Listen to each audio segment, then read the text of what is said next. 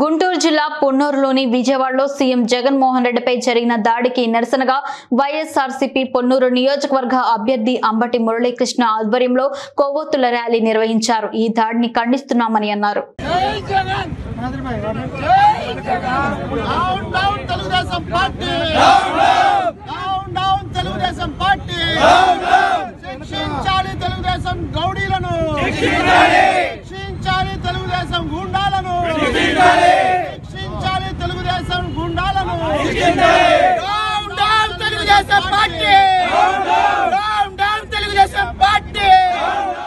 ప్రియతమ ముఖ్యమంత్రి సంక్షేమ సారథి వైఎస్ జగన్మోహన్ రెడ్డి గారిపై తెలుగుదేశం పార్టీకి అనుమానిస్తున్న గూండాలు దాడికి పాల్పడడం, మరి దుశ్చర్యకు పాల్పడడం అందరికీ తెలిసిన విషయం.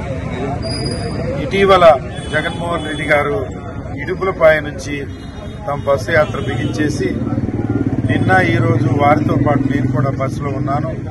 ఆ ప్రజాదరణ కని విని ఎరుగని విధంగా ఎన్నికల్లో వారు గెలిచిపోయే విధంగా ప్రజాదరణ కనిపిస్తూ ఉంటే దీన్ని ఓర్వలేని తెలుగుదేశం పార్టీ నిరాశకు గురై విజయవాడ నడిబొడ్డున కుట్ర చేసి మరి కరెంటు తీసి సీసీ కెమెరాలు పనిచేయకుండా ఈ దాడికి పాల్పడినట్లుగా ప్రాథమికంగా భావిస్తున్నాను.